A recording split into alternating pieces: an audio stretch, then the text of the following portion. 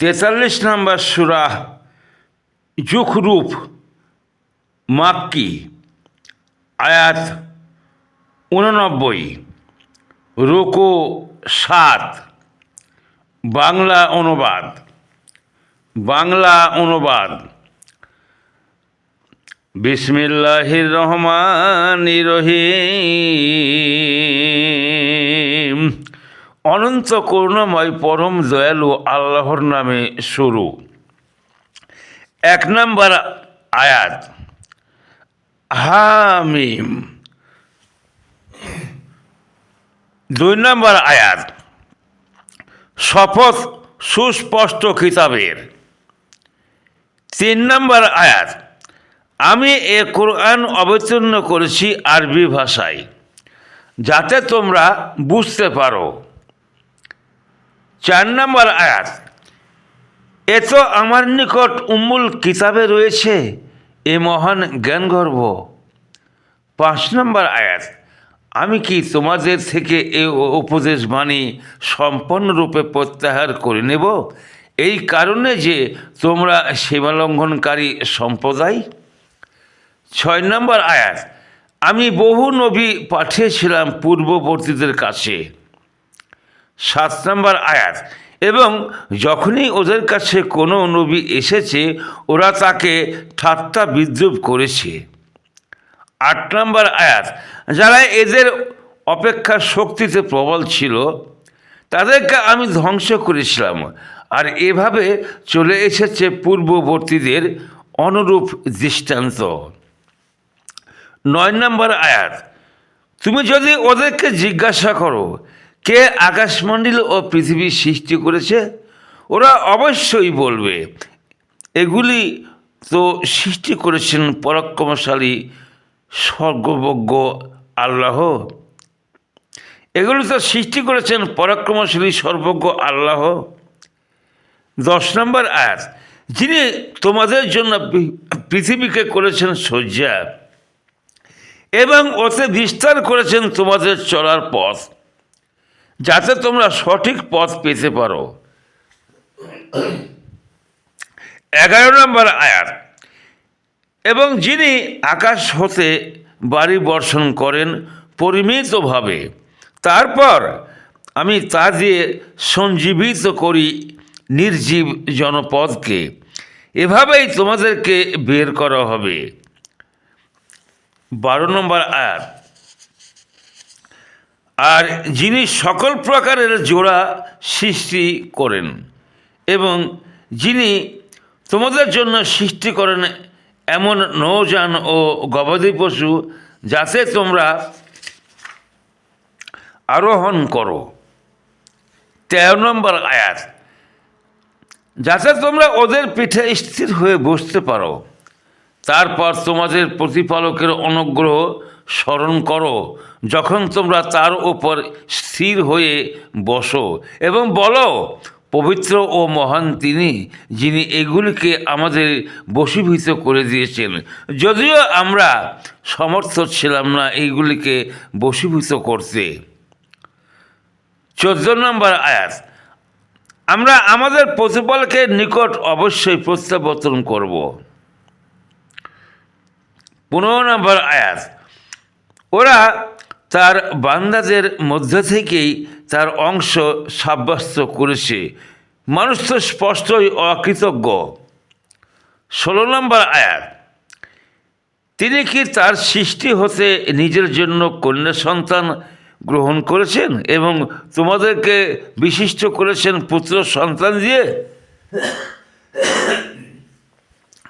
17 নম্বর আয়াত, দয়াময় আল্লাহর প্রতি ওরা যা আরোপ করে ওদের কাউকে সেই সন্তানের সংবাদ দেওয়া হলে তার মুখমণ্ডল কালো হয়ে যায় এবং সে দুঃসহ মর্ম যাতনায় ক্লিষ্ট হয়। 18 নম্বর আয়াত, ওরা কি আল্লাহর প্রতি আরোপ করে এমন সন্তান? ওরা কি আল্লাহর প্রতি আরোপ করে এমন সন্তান যে অলঙ্কারে মণ্ডিত হয়ে লালিত পালিত হয় এবং তর্ক বিতর্ককালে স্পষ্ট বক্তব্যে অসমর্থ? 19 নম্বর আয়াত, ওরা দয়াময় আল্লাহর বান্দা ফেরেশতাদেরকে নারী গণ্য করেছে। এদের সৃষ্টি কি ওরা প্রত্যক্ষ করেছিল? ওদের উক্তি অবশ্য লিপিবদ্ধ করা হবে এবং ওদেরকে জিজ্ঞাসা করা হবে। 20 নম্বর আয়াত, ওরা বলে দয়াময় আল্লাহ ইচ্ছা করলে আমরা এদের পূজা করতাম না। এ বিষয়ে ওদের কোনো জ্ঞান নেই, ওরা তো কেবল মন গড়া কথা বলছে। 21 নম্বর আয়াত, আমি কি ওদেরকে কোরআনের পূর্বে কোনো কিতাব দান করেছি যা ওরা দৃঢ়ভাবে ধারণ করে আছে? 22 নম্বর আয়াত, বরং ওরা বলে আমরা তো আমাদের পূর্বপুরুষদেরকে পেয়েছি এক মতাদর্শের অনুসারী এবং আমরা তাদেরই পদাঙ্ক অনুসরণ করছি। 23 নম্বর আয়াত, এভাবে তোমার পূর্বে কোনো জনপদ যখনই আমি কোনো সতর্ককারী প্রেরণ করেছি তখনই ওর সমৃদ্ধিশালী ব্যক্তিরা বলতো আমরা তো আমাদের পূর্বপুরুষদেরকে পেয়েছি এক মতাদর্শের অনুসারী এবং আমরা তাদেরই পদাঙ্ক অনুসরণ করছি। 24 নম্বর আয়াত, সেই সতর্ককারী বলতো তোমরা তোমাদের পূর্বপুরুষগণকে যে পথে পেয়েছ আমি যদি তোমাদের জন্য তার চেয়ে সেরা পথ নির্দেশ নিয়ে আসি তবুও কি তোমরা তাদের পদাঙ্ক অনুসরণ করবে? তারা বলতো তোমরা যা সহ প্রেরিত হয়েছ আমরা তা প্রত্যাখ্যান করি। 25 নম্বর আয়াত, তারপর আমি ওদের থেকে প্রতিশোধ নিলাম, দেখো মিথ্যাচারীদের পরিণাম কি হয়েছে। 26 নম্বর আয়াত, স্মরণ করো ইব্রাহিম তার পিতা এবং তার সম্প্রদায়কে বলেছিল তোমরা যাদের পূজা করো তাদের সাথে আমার কোনো সম্পর্ক নেই।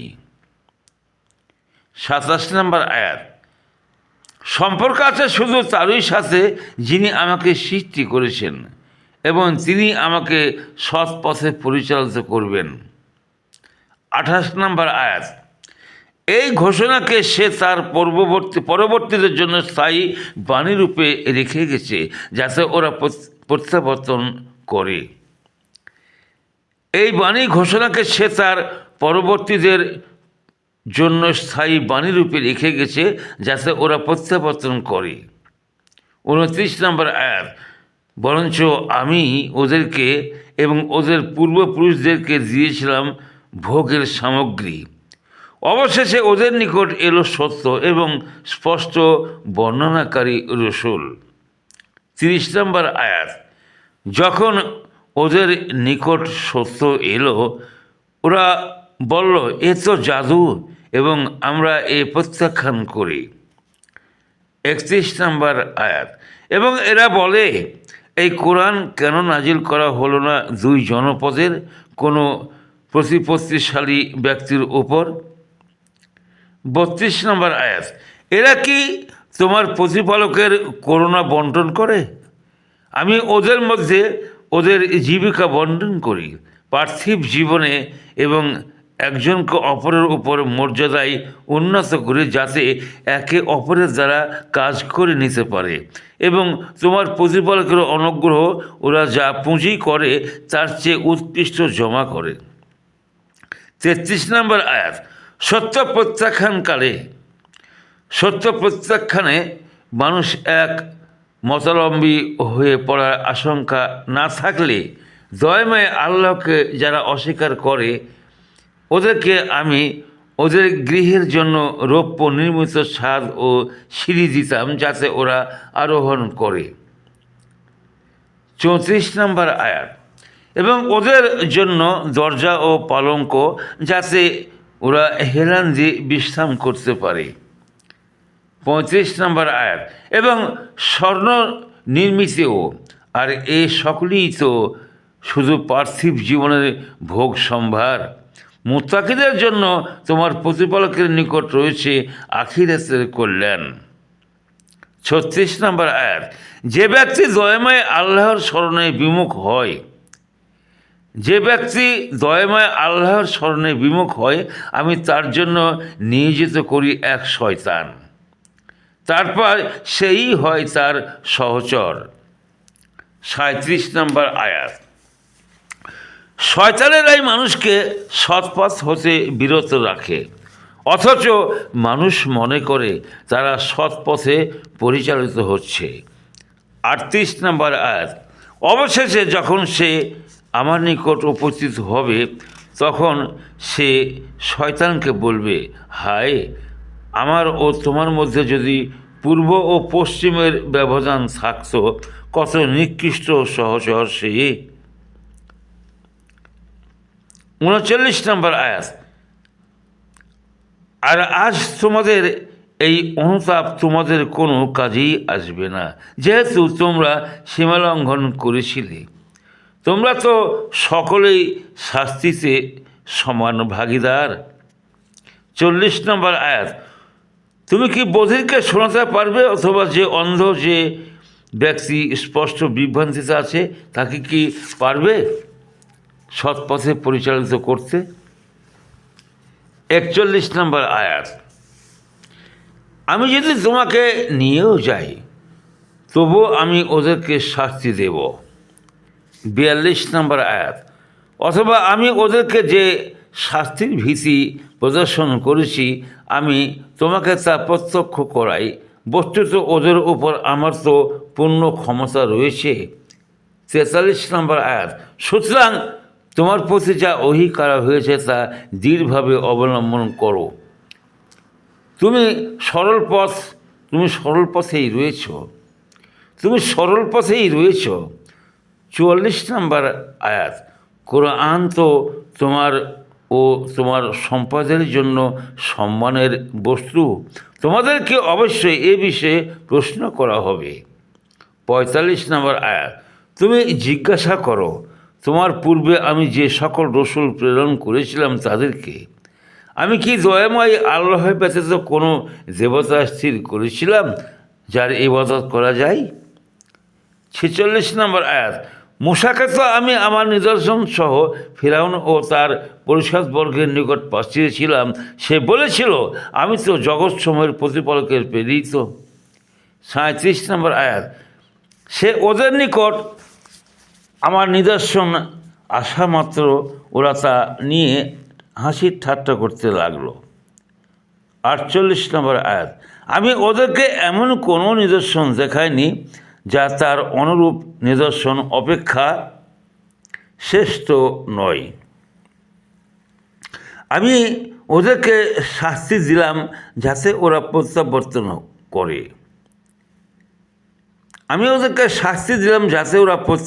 করে। 49 নম্বর আয়াত। ওরা বলেছিল, ওহে জাদুকর, তোমার প্রতিপালকের নিকট তুমি আমাদের জন্য তা প্রার্থনা করো যা তিনি তোমার সাথে অঙ্গীকার করেছেন, তাহলে আমরা অবশ্যই সৎপথ অবলম্বন করব। 50 নম্বর আয়াত। তারপর যখন আমি ওদের থেকে শাস্তি বিদরিত করলাম, তখনই ওরা অঙ্গীকার ভেঙে বসল। 51 নম্বর আয়াত। ফিরআউন তার সম্প্রদায়ের মধ্যে এই বলে ঘোষণা করল, হে আমার সম্প্রদায়, মিশর রাজ্য কি আমার নয়? আর এই নদীগুলি আমার পাদদেশে প্রবাহিত, তোমরা কি এ দেখো না? 52 নম্বর আয়াত। আমি তো শ্রেষ্ঠ এই ব্যক্তি হতে যে হীন তথা স্পষ্ট কথা বলতেও অক্ষম।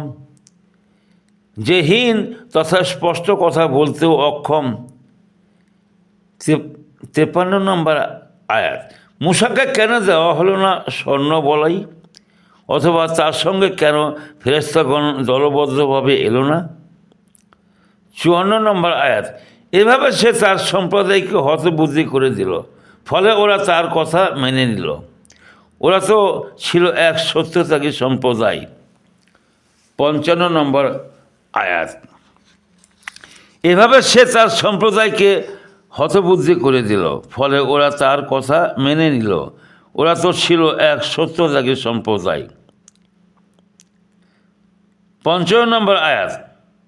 যখন ওরা আমাকে ক্রোধান্বিত করলো, আমি ওদেরকে শাস্তি দিলাম। এবং ওদের সকলকে ডুবিয়ে দিলাম। 56 নম্বর আয়াত, তারপর পরবর্তীদের জন্য আমি ওদেরকে করে রাখলাম অতীত ইতিহাস ও দৃষ্টান্ত। 57 নম্বর আয়াত, যখন মরিয়ম তনয়ের দৃষ্টান্ত উপস্থিত করা হয় তখন তোমার সম্প্রদায় তাতে শোরগোল আরম্ভ করে দেয়। 58 নম্বর আয়াত, এবং বলে আমাদের উপাস্যগুলি শ্রেষ্ঠ না ঈশা? এরা কেবল বাক বিতণ্ডার উদ্দেশ্যেই তোমাকে এ কথা বলে, বস্তুত এরা তো এক বিতণ্ডাকারী সম্প্রদায়। 59 নম্বর আয়াত, সে তো ছিল আমারই এক বান্দা যাকে আমি অনুগ্রহ করেছিলাম এবং বানি ইসরায়েলের জন্য দৃষ্টান্ত করেছিলাম। 60 নম্বর আয়াত, আমি ইচ্ছা করলে তোমাদের মধ্য হতে ফেরেশতা সৃষ্টি করতে পারতাম যারা পৃথিবীতে উত্তরাধিকারী হতো। 61 নম্বর আয়াত, ঈশা তো কিয়ামতের নিশ্চিত নিদর্শন, সুতরাং তোমরা কিয়ামত সম্পর্কে সন্দেহ করো না এবং আমাকে অনুসরণ করো এই সরল পথ। 62 নম্বর আয়াত, শয়তান যেন তোমাদের কিছুতেই নিবৃত্ত না করে, সে তো তোমাদের প্রকাশ্য শত্রু। 63 নম্বর আয়াত, ঈশা যখন শ্রেষ্ঠ নিদর্শন নিয়ে এলো তখন সে বলেছিল, আমি তো তোমাদের নিকট এসেছি প্রজ্ঞাসহ এবং তোমরা যে কতক বিষয়ে মতভেদ করছো তা স্পষ্ট করে দেওয়ার জন্য, সুতরাং তোমরা আল্লাহকে ভয় করো এবং আমার অনুসরণ করো। 64 নম্বর আয়াত, আল্লাহই তো আমার প্রতিপালক এবং তোমাদেরও প্রতিপালক, অতএব তোমরা তার ইবাদত করো এই সরল পথ। 65 নম্বর আয়াত, তারপর ওদের বিভিন্ন দল মতানৈক্য সৃষ্টি করল, সুতরাং জালিমদের জন্য মর্মন্তুদ দিনের শাস্তির দুর্ভোগ। 66 নম্বর আয়াত, ওরা তো আকস্মিকভাবে কিয়ামত আসার অপেক্ষা করছে ওদের অজ্ঞত সারে। 67 নম্বর আয়াত, বন্ধুরা সেদিন হয়ে পড়বে একে অপরের শত্রু, মুত্তাকিরা ব্যতীত। 68 নম্বর আয়াত, হে আমার বান্দাগণ, আজ তোমাদের কোনো ভয় নেই এবং তোমরা দুঃখিতও হবে না। 69 নম্বর আয়াত, যারা আমার আয়াতে বিশ্বাস করেছিল এবং আত্মসমর্পণ করেছিল। 70 নম্বর আয়াত, তোমরা এবং তোমাদের সহধর্মিনীরা সানন্দে জান্নাতে প্রবেশ করো।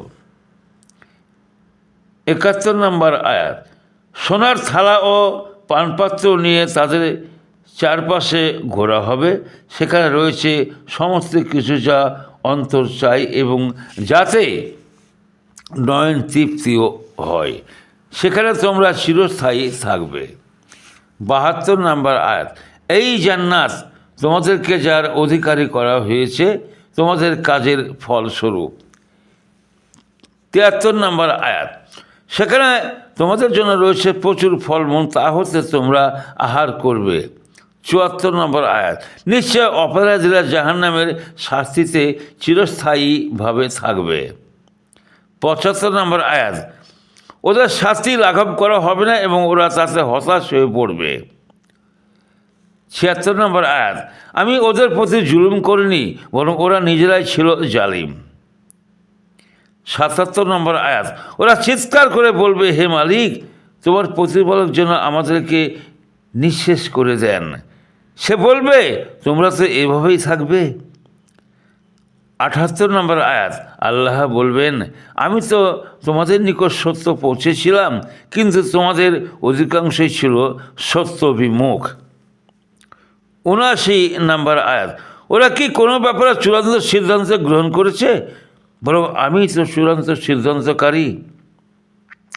80 নম্বর আয়াত, ওরা কি মনে করে যে আমি ওদের গোপন বিষয় ও মন্ত্রণার খবর রাখি না? অবশ্যই রাখি। আমার ফেরেশতাগণ তো ওদের নিকট থেকে সব কিছু লিপিবদ্ধ করে। 81 নম্বর আয়াত বলে, দয়াময় আল্লাহর কোনো সন্তান থাকলে আমি হতাম তার উপাসকগণের অগ্রণী। 82 নম্বর আয়াত, ওরা যা আরোপ করে তা থেকে আকাশমণ্ডলী ও পৃথিবীর অধিপতি এবং আরশের অধিকারী পবিত্র মহান। 83 নম্বর আয়াত, অতএব ওদেরকে যে দিনের কথা বলা হয়েছে তার সম্মুখীন হওয়ার পূর্ব পর্যন্ত তুমি ওদেরকে বাক বিতণ্ডা ও ক্রিয়াকৌতুক করতে দাও। 84 নম্বর আয়াত, তিনি ইলাহ নভমণ্ডলে, তিনি ইলাহ ভূতলে এবং তিনি প্রজ্ঞাময় সর্বজ্ঞ। 85 নম্বর আয়াত, কত মহান তিনি, যিনি আকাশমণ্ডল ও পৃথিবী এবং ওদের মধ্যবর্তী সমস্ত কিছুর সার্বভৌম অধিপতি। কিয়ামতের জ্ঞান কেবল তারই আছে এবং তারই নিকট তোমরা প্রত্যাবর্তিত হবে। 86 নম্বর আয়াত, আল্লাহর পরিবর্তে ওরা যাদেরকে ডাকে তাদের সুপারিশের ক্ষমতা নেই, তবে যারা সত্য উপলব্ধি করে তার সাক্ষ্য দেই তারা ব্যতীত। 87 নম্বর আয়াত, যদি তুমি ওদেরকে জিজ্ঞাসা করো কে ওদেরকে সৃষ্টি করেছে, ওরা অবশ্যই বলবে আল্লাহ, তবুও ওরা কোথায় ফিরে যাচ্ছে। 88 নম্বর আয়াত, আমি অবগত আছি রসুলের এই উক্তি, হে আমার প্রতিপালক, এই সম্প্রদায় তো ঈমান আনবে না। 89 নম্বর আয়াত, সুতরাং তুমি ওদেরকে উপেক্ষা করো এবং বলো সালাম, ওরা শীঘ্রই জানতে পারবে। আলহামদুলিল্লাহ। বাংলা অনুবাদ, এটি মন দিয়ে শুনবেন। আলহামদুলিল্লাহ।